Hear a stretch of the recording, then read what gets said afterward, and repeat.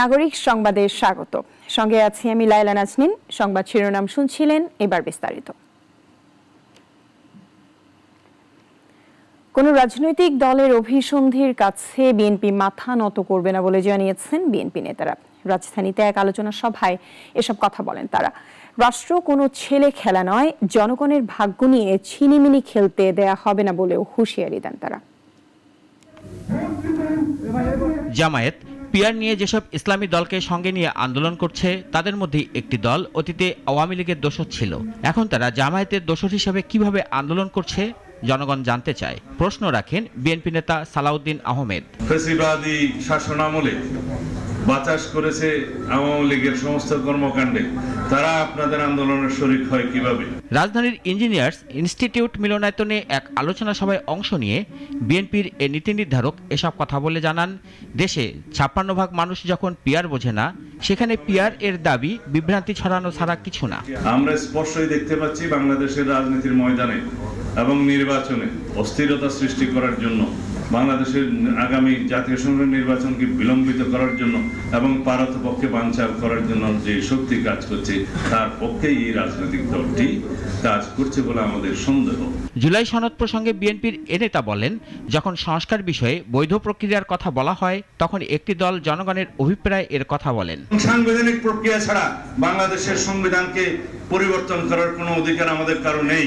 তাহলে পরে এমন একটি পরিস্থিতির নজির সৃষ্টি হবে যে নজিরটা আগামী 2 বছর পরে 5 বছর পরে বারবার কোনো না কোনো দাবির মুখে পড়বে যে এইভাবে এই প্রক্রিয়ায় আবার সংবিধান পরিবর্তন করেন। রাষ্ট্র কোনো ছেলে খেলা নয়। 18 কোটি মানুষের ভাগ্য নিয়ে আমরা ছিনিমিনি খেলতে পারি না। এই রাষ্ট্রকে একটি নিয়মতান্ত্রিক পদ্ধতিতে চলতে দিতে হবে। কোন রাজনৈতিক দলের অভিসন্ধির কাছে আমরা কোনোদিন মাথা নত করতে পারি না। এই জনগণের স্বার্থই চূড়ান্ত। এদিকে বিএনপির প্রতিষ্ঠাতা সমাধিতে বাংলাদেশ ইঞ্জিনিয়ার্স অ্যাসোসিয়েশন এর নেতা কর্মীদের সাথে নিয়ে শ্রদ্ধা জানান দলটির জ্যেষ্ঠ যুগ্ম মহাসচিব। পরে কথা বলেন সাংবাদিকদের সাথে। অভিযোগ করে জানান, নির্বাচনের আগে একটি দলের নেতাকর্মীদের সরকারের গুরুত্বপূর্ণ জায়গায় বসানো হচ্ছে। জনগণের ইচ্ছায় যারা 16 বছর আপোষহীন লড়াই করেছে তারা জনগণ জানে। তাই ভ্রান্ত স্ট্যাটিস্টিক্স দিয়ে, ভ্রান্ত তথ্য দিয়ে জনগণকে বিভ্রান্ত করতে পারবেন না। পিয়ারের কথা বলে যারা হীন রাজনৈতিক উদ্দেশ্যে দেশের স্বার্থ, জনগণের স্বার্থ জলাঞ্জলি দিচ্ছে, তাদেরকে দেশের স্বার্থে সঠিক পথে ফিরে আসার আহ্বান জানান বিএনপি নেতারা। রাশেদুল কাদির, নাগরিক, ঢাকা। ধর্মের ভিত্তিতে জাতিকে বিভাজিত করার পক্ষে নয় জামায়াত, ঐক্যবদ্ধ জাতি দেখতে চায় দলটি, জানিয়েছেন বাংলাদেশ জামায়াতে ইসলামীর আমির ডাক্তার শফিকুর রহমান। রাজধানীর আল ফালা মিলনায়তনে এক অনুষ্ঠানে প্রধান অতিথির বক্তব্যে একথা বলেন তিনি। এটি ঠিক যে বাংলাদেশের 90.8% মানুষ আদমশুমারি, সর্বশেষ আদমশুমারি অনুযায়ী মুসলমান, বাকি হিন্দু, বৌদ্ধ এবং খ্রিস্টান। কিন্তু আমরা এখানে ধর্মের ভিত্তিতে জাতিকে বিভাজিত করার পক্ষে নয়। আমরা একটা ঐক্যবদ্ধ জাতি দেখতে চাই। রাজধানীর বিভিন্ন এলাকায় রাস্তা খুঁড়ে সংস্কারের নামে চলছে টলবাহানা। আর কিছু রাস্তা দেখলে মনে হয় এগুলো পরিত্যক্ত ঘোষণা করেছে সিটি কর্পোরেশন। এসব সড়কে চলাচল করা কিংবা স্থানীয় মানুষের ভোগান্তির সীমা নেই। সানি আহমেদের প্রতিবেদন। দেখছেন রাস্তার বেহাল দশায় অসুস্থ রোগীকে কিভাবে নেওয়া হচ্ছে। রাজধানীর বাড্ডার আদর্শনগরের রাস্তার নির্মাণ কাজে তৈরি হয়েছে জনগণের তীব্র ভোগান্তি। যদিও উন্নয়নের সাময়িক অসুবিধা হতেই পারে, কিন্তু কাজ করার বেখেয়ালিপনায় দুর্ভোগে সাধারণ মানুষ। এটা কাইটে রাখছে, মানুষের দুর্ভোগ অনেক, পানিতে তলাই থাকে, তারপর পানির জায়গা থেকে কিছু গাড়িগুলো চলতে পারে না। অসুবিধা, চলাফেরার অসুবিধা হইতেছে, আমাদের ব্যবসা বাণিজ্য বন্ধ, আমার দোকান বন্ধ। অনেকদিন ধরে কাইটা এরকম ভাবে রাখছে, পুরা রাস্তাটি বন্ধ। এনদিয়া রামপুরা তোমার বাইরান যায়, এনদিয়া 300 ফিট হইয়া বাইরান যায়। গিয়েছিলাম মিরপুর 11 কালশির পলাশনগরে ছাপড়া মসজিদের পেছনের গলিতে। কি পরিমাণ দুর্বিষহ জীবন এ এলাকার মানুষকে পোহাতে হচ্ছে তা সরজমিনে না দেখলে বোঝানো সম্ভব নয়। দুর্গন্ধ ময়লা পানি, যেখানে নানা রোগের জীবাণুর সঙ্গে বসবাস এ এলাকার মানুষদের। ময়লা এই জায়গাটা কোনো পরিষ্কার করে না, এই জায়গায় কেউ আসে না। এই রাস্তার দেখারও কেউ নাই, করও কেউ নাই। এদিকের মানুষ খুব কষ্ট, পর্যন্ত পরিবেশ মানে এমনভাবে দূষিত হয়েছে যে পানি বৃষ্টি আসলে পুরো রাস্তাঘাট ভরে যায়। আমরা উদ্যোগে বলছি যদি আপনারা কিছু করেন আমরা কিছু হেল্প করব, টাকা দেব, সমস্যা নেই। যদি দীর্ঘদিন ধরে অবহেলিত উত্তরখান মাজার রোডের রাস্তাটি উন্নয়নের কাজ চলছে অনেক ধীর গতিতে, যে কারণে গুরুত্বপূর্ণ এই রাস্তায় ভোগান্তি পোহাচ্ছেন সাধারণ মানুষ। কাটার পুরে আছে দুর্ভোগ ব্যবসা বাণিজ্য, মানুষের দুর্ভোগে জর্জরিত অবস্থা। কেন্দ্রীয় মাজার আছে, মাজার চৌরাস্তা, এখানে শিক্ষা প্রতিষ্ঠান, মাদ্রাসা আছে, মার্কেট আছে, স্কুল কলেজ আছে, মানুষের যাতায়াতে খুবই সমস্যা। অনেক অসুবিধা, চলাফেরা অনেক জিনিসপত্র নিয়ে যান যায় না। ঢাকা শহরের নানা এলাকায় সড়ক কিংবা রাস্তা যেগুলোতেই সংস্কারে হাত দেওয়া হয়েছে তার বেশিরভাগেই নেই কাজের গতি। আর যেসব রাস্তা ফেলে রাখা হয়েছে পরিত্যক্ত মনে করে, সেগুলোতেও মানুষ বসবাস করছে অনেকটা ভিন গ্রহের প্রাণীর মতো। সানিয়া আহমেদ, নাগরিক, ঢাকা। শীঘ্রই উপদেষ্টা পরিষদে তোলা হচ্ছে 5 ব্যাংক একীভূতকরণের প্রস্তাব, আর উপদেষ্টা পরিষদের অনুমোদনের পর জারি হবে প্রজ্ঞাপন। তবে 20,000 কোটি টাকায় আমানতকারীদের চাপ সামাল দেওয়া যাবে কিনা সেই শঙ্কার কথা বলছেন সংশ্লিষ্টরা। আর এজন্য উদ্বিগ্ন কেন্দ্রীয় ব্যাংকও, যদিও বাংলাদেশ ব্যাংক এজন্য একটি স্কিম চূড়ান্ত করেছে। সাইদ আরমানের রিপোর্ট। এক করা হবে মার্জারের বিবেচনায় থাকা 5 ব্যাংকের সম্পদ, দায় ও জনবল। এরপর তা অধিগ্রহণ করবে প্রস্তাবিত ইউনাইটেড ইসলামী ব্যাংক। তার আগে অবশ্য ইউনাইটেড ইসলামী ব্যাংক নামে একটি সরকারি ব্যাংকের অনুমোদন দেওয়া হবে। মার্জারের বিবেচনায় থাকা কোন ব্যাংকে কারা প্রশাসক হিসেবে যোগ দিবেন তা অনেকটাই চূড়ান্ত, যদিও তার আদেশে এখনো সই করেননি গভর্নর। প্রশাসকরা যোগ দিলে আর সরকারের প্রতিশ্রুতির 20,000 কোটি টাকা যোগান দেওয়া শুরু হলে আমানতকারীরা হুমড়ি খেয়ে পড়বেন বলে শঙ্কার কথা বলা হচ্ছে। ব্যাংকিং ব্যবসায়ী পরিচালিত হয় বিশ্বাস এবং আস্থার উপর ভিত্তি করে। ব্যাংকার্স কাস্টমার রিলেশনশিপ, এবং রিলেশনশিপের বেজই হচ্ছে ফেথ। আমি যদি আপনার উপর ডিপেন্ড করতে না পারি, আপনাকে আমি 1 টাকাও দিব না। সে অ্যামাউন্ট 1 টাকা হোক, 1 কোটি হোক, আমি আপনাকে দিব না, কারণ আপনার উপর আমার আস্থা নেই। এসআইবিএল, এক্সিম সহ 5 ব্যাংকে আমানত প্রায় 1,40,000 কোটি টাকা। মেয়াদি, সঞ্চয় এবং চলতি হিসেবে গ্রাহকদের এই অর্থ জমা। বিপরীতে খেলাপি ঋণ প্রায় 2 লাখ কোটি টাকা। প্রশ্ন উঠেছে, অর্থ ফেরত শুরু হলে ব্যক্তি শ্রেণীর আমানতকারীরা তাদের অর্থ রাখবেন কেন এসব ব্যাংকে? 1.5 লক্ষ কোটি টাকা বিপরীতে 20,000 কোটি টাকা কিছুই না। যদিও 1.5 লক্ষ কোটি টাকাটা সঠিক ফিগার না, তারপরে বলছি কিছুই না, কিন্তু ওই 1.5 লক্ষ কোটি টাকাকে টার্গেট করে এই মার্জার প্রসেস আসলে গ্রহণ করা হচ্ছে না। গ্রহণ করা হচ্ছেই শুধু আস্থাটা ফিরিয়ে আনার মান। বাংলাদেশ ব্যাংক বলছে কর্পোরেট আমানতগুলো শেয়ারে রূপান্তর করবে। সেটি অনেক প্রতিষ্ঠান মানতে চাচ্ছেন না, তা অনেকটাই স্পষ্ট। যদিও আতঙ্ক রাস্তা ধরে রাখতে বর্তমান নামের সঙ্গে ব্যাংকের সাইনবোর্ডে থাকবে নতুন নাম। তবে মার্জারের পুরো প্রক্রিয়া আটকে দিতে আদালতে যেতে পারে স্বার্থ সংশ্লিষ্ট কোনো পক্ষ। বাংলাদেশ ব্যাংক বলছে এসব ব্যাংকের বিপুল পরিমাণ খেলাপি ঋণ ফেরত আনতে সম্পদ ব্যবস্থাপনা কোম্পানির কাছে যাবে। তবে এখনো সম্পদ ব্যবস্থাপনা কোম্পানি গঠনে কোনো আইন প্রণয়ন হয়নি, ফলে ব্যাংকগুলো নিজ উদ্যোগে ঋণ ফেরতের চেষ্টা করে যাচ্ছে। সাইদ আরমান, নাগরিক, ঢাকা। মেঘনা ও তেঁতুলিয়ায় মা ইলিশ রক্ষায় 22 দিনের নিষেধাজ্ঞার প্রথম দিনেই নদী জুড়ে নেমে এসেছে নীরবতা। নিষেধাজ্ঞায় কর্মহীন ভোলার 2 লক্ষাধিক জেলে। অবৈধ মাছ ধরা বন্ধে মাঠে নেমেছে মৎস্য বিভাগ, নৌ পুলিশ ও কোস্টগার্ড। আরো জানাচ্ছেন সিরাজুমনি শুভ। ভোলার মেঘনা আর তেঁতুলিয়া নদীতে এখন বিরাজ করছে এক অদ্ভুত নীরবতা। জাল ফেলছে না কেউ, নেই নৌকার শব্দও। মা ইলিশ রক্ষায় শুরু হয়েছে টানা 22 দিনের নিষেধাজ্ঞা। 2 লক্ষাধিক জেলে এখন কর্মহীন, অলস সময় কাটাচ্ছেন তারা। নিষেধাজ্ঞা মানলেও জেলেদের জীবনে নেমে এসেছে অনিশ্চয়তা। সরকারি বরাদ্দের চালে চলছে না সংসার, আবার সবার ভাগ্যেও সেই চাল জোটে না। অভাব আর ঋণের চাপে ভুগছে হাজারো পরিবার। এখন মাছ ধরা সম্পূর্ণ নিষিদ্ধ, আমরা এখন মেনে চলতে আছি সরকারের নিষিদ্ধ। আর এই অভিযানে মানুষের সংসারে কিভাবে চলবো আল্লাহ ভালো জানে।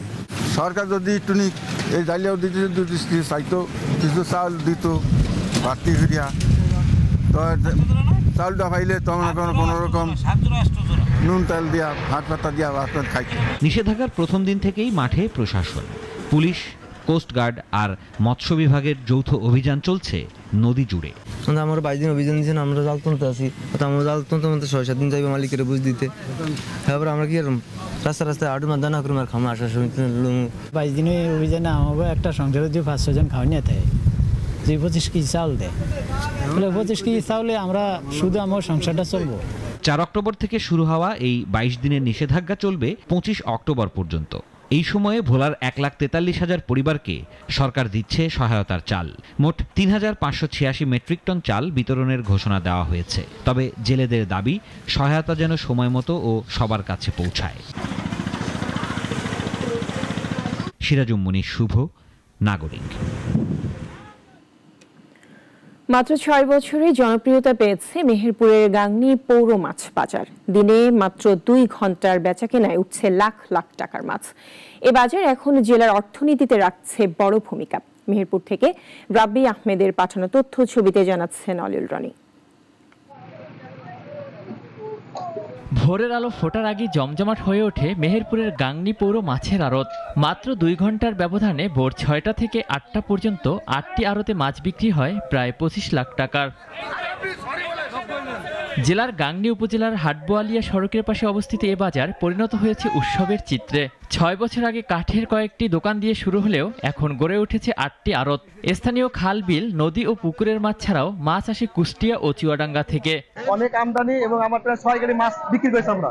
আমাদের এখানে সকাল 6:30 থেকে ব্যবসা শুরু হয়, 9টা পর্যন্ত আমাদের ব্যবসা চলে। 9টার পরে ব্যবসা চলে না। দৌলতপুর, মিরপুর, ভেড়ামারা, এদিকে আলমডাঙ্গা, মেহেরপুর, গাংনী অনেক জায়গা থেকে ফুরি আসে। এখানে বাজার ভালো পাওয়া যায়, এই কারণে আমরা মাছ নিয়ে আসছি। এখানে যদি আমি 10 কেজি মাছ কিনি তাহলে দেখা যাচ্ছে এখানে নিম্নে 300-400 টাকা ছাড় পাওয়া যাবে। যে দামে বাজারে মাছ বিক্রি হয় তার থেকে পাইকারি বাজারে মাছের দাম কম।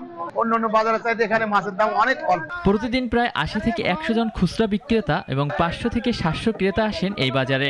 এই বাজারকে কেন্দ্র করে গড়ে উঠেছে বরফ, ব্যাগ, সবজি ও খাবারের দোকান, এমনকি মাছ কেটে দেওয়ারও পেশা। ব্যবসায়ীদের দাবি, গাংনী পৌর মাছের বাজার এখন শুধুমাত্র মাছ বেচা কেনার জায়গা নয়, হয়ে উঠেছে এলাকার কর্মসংস্থানের অন্যতম বড় মাধ্যম। 2 ঘন্টার ব্যবধানে বেচা কেনা আর কর্মচাঞ্চল্যে মেহেরপুরের গাংনী মাছের আড়ত এখন জেলার অর্থনীতিতে বড় অবদান রাখা একটি গুরুত্বপূর্ণ নাম। অলিউল রনি, নাগরিক।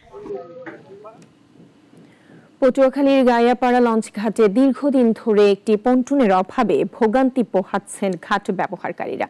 কাদা ও পানি পেরিয়ে লঞ্চে যাতায়াত করছেন তারা। নেই মূল সড়কে যাবার কোনো ব্যবস্থা, ফলে পণ্য পরিবহন ও যাতায়াতে প্রতিনিয়তই বাধাগ্রস্ত হচ্ছেন তারা। তুহিন রাজের রিপোর্ট, জানাচ্ছেন শাশ্বতী সরকার। রাঙ্গাবালির গাইয়াপাড়া লঞ্চ ঘাট। সকাল বিকাল এই ঘাটে লঞ্চ ভিড়লেও নেই কোনো ঘাটলা। ভাটার সময় কাদা পার করে এবং জোয়ারে হাঁটু পানি পেরিয়ে লঞ্চে উঠছেন যাত্রীরা। শুধু তাই নয়, লঞ্চ থেকে নেমে মূল সড়কে যাওয়ার জন্য নেই সংযোগ সড়ক। প্রায় 400 মিটার কাদা পানির পথ পেরিয়ে যান ঘাট ব্যবহারকারীরা। শুকনার সময় কোনো রকমে চলা গেলেও বৃষ্টিতে দুর্ভোগ বাড়ে কয়েক গুণ। শিশু, বৃদ্ধ ও অসুস্থদের পোহাতে হয় সীমাহীন কষ্ট। পাশাপাশি পণ্য আনা নেওয়াতেও ব্যাপক সমস্যায় পড়েন ব্যবসায়ীরা। ঘাটলা বা পন্টুন না থাকায় নদীর তীরে লঞ্চ ভেড়ানো যায় না। একটি পন্টুন তৈরি করলে মিটে যায় সব ঝামেলা, জানান সংশ্লিষ্টরা। আমাদের লঞ্চ বেরোতে অসুবিধা, জোয়ারের সময় চড়ান তলায় যায়, লোক উঠানামা যথেষ্ট অসুবিধা হয়। এই অসুবিধা যাতে সমাধান করতে হলে 2 পাশে ভালোভাবে পাইলিং করে বড় উঁচা করে রাস্তা দিলে মনে হয় একটু ভালো হইতে আর কি। তবে সংযোগ সড়ক নির্মাণে ইতোমধ্যে এলজিইডি কাজ শুরু করেছে। এডিপি প্রকল্পের মাধ্যমে দ্রুতই ঘাটলা নির্মাণের উদ্যোগও নেওয়া হবে, আশ্বাস দিলেন উপজেলা নির্বাহী কর্মকর্তা। গায়াপাড়া লঞ্চ ঘাট নির্মাণের জন্য আমি বিআইডব্লিউটির সাথে কথা বলবো এবং সংযোগ সড়কের ক্ষেত্রে আপনারা অনেকেই জানেন যে আমাদের স্থানীয় সরকার প্রকৌশল অধিদপ্তরের অফিস থেকে মিনিস্ট্রিতে প্রস্তাব গিয়েছে। আমি এটা মনিটরিং করব এবং আরও যে সকল কাজ করা দরকার, বিশেষ করে রাস্তা নির্মাণের ক্ষেত্রে আমি খুব তাড়াতাড়ি আমরা কমিটি বসে আগামীতে এটার জন্য ব্যবস্থা নেব। শুধু আশ্বাস নয়, কার্যকর পদক্ষেপ নিয়ে দ্রুত ঘাটলা নির্মাণের দাবি জানিয়েছেন স্থানীয়রা। শাশ্বতী সরকার, নাগরিক। জয়পুরহাট পৌরসভার সরবরাহকৃত পানি পান করে এ পর্যন্ত 103 জন ডায়রিয়ায় আক্রান্ত হয়েছেন। মূলত বিশ্বাসপাড়া, আরামনগর, ধানমন্ডি এলাকার বাসিন্দারা আক্রান্ত হয়েছেন বেশি। সদর হাসপাতালে ডায়রিয়া ওয়ার্ডে রোগীদের উপচে পড়া ভিড়। কর্তব্যরতরা জানান, প্রতিদিন গড়ে 40 থেকে 50 জন ভর্তি হচ্ছেন হাসপাতালে। পর্যাপ্ত স্যালাইন খাওয়ার পরামর্শ চিকিৎসকদের।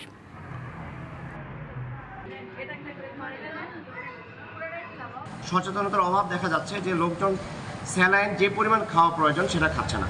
যেসব রোগী খারাপ হচ্ছে বা দু একটা রোগী মারা যাওয়ার ঘটনাও আমাদের কানে আসছে, যেগুলোর বেশিরভাগই পর্যাপ্ত পরিমাণে স্যালাইন না খাওয়ার কারণে রেনাল ফেলিওর হয়ে মারা যাচ্ছে অথবা ইলেকট্রোলাইট ইমব্যালেন্স হয়ে মারা যাচ্ছে। যুক্তরাষ্ট্রের প্রেসিডেন্ট ডোনাল্ড ট্রাম্পের যুদ্ধবিরতির আহ্বান উপেক্ষা করে গাজায় আবারও ব্যাপক হামলা চালিয়েছে ইসরায়েল। হামাসের ইতিবাচক সাড়া সত্ত্বেও দখলদার বাহিনীর এই হামলায় নতুন করে ধ্বংস ও হতাহতের আশঙ্কা দেখা দিয়েছে। গাজা আবারও রক্তাক্ত।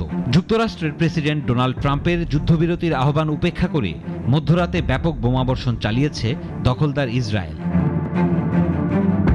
গাজার সিভিল ডিফেন্সের মুখপাত্র মাহমুদ বাসিল জানিয়েছেন, শনিবার রাত ছিল ভয়াবহ। ইসরায়েলি সেনারা গাজা সিটি ও আশপাশে অসংখ্য বিমান হামলা ও গোলাবর্ষণ করেছে। এতে অন্তত 20টি বাড়ি ধ্বংস হয়ে গেছে। এর আগে হামাস ট্রাম্পের যুদ্ধবিরতির প্রস্তাবে শর্ত সাপেক্ষে সম্মতি জানায়। এরপর ট্রাম্প ইসরায়েলকে হামলা বন্ধের আহ্বান জানান, কিন্তু সেই আহ্বান অমান্য করেই গাজায় নতুন করে আগুন ঝরিয়েছে ইসরায়েল। প্রস্তাবে সাড়া পেয়ে অনেকে নিজ ঘরে ফিরতে শুরু করেছিলেন, তবে ইসরায়েলি বাহিনী জানিয়েছে তাদের অভিযান এখনো চলছে।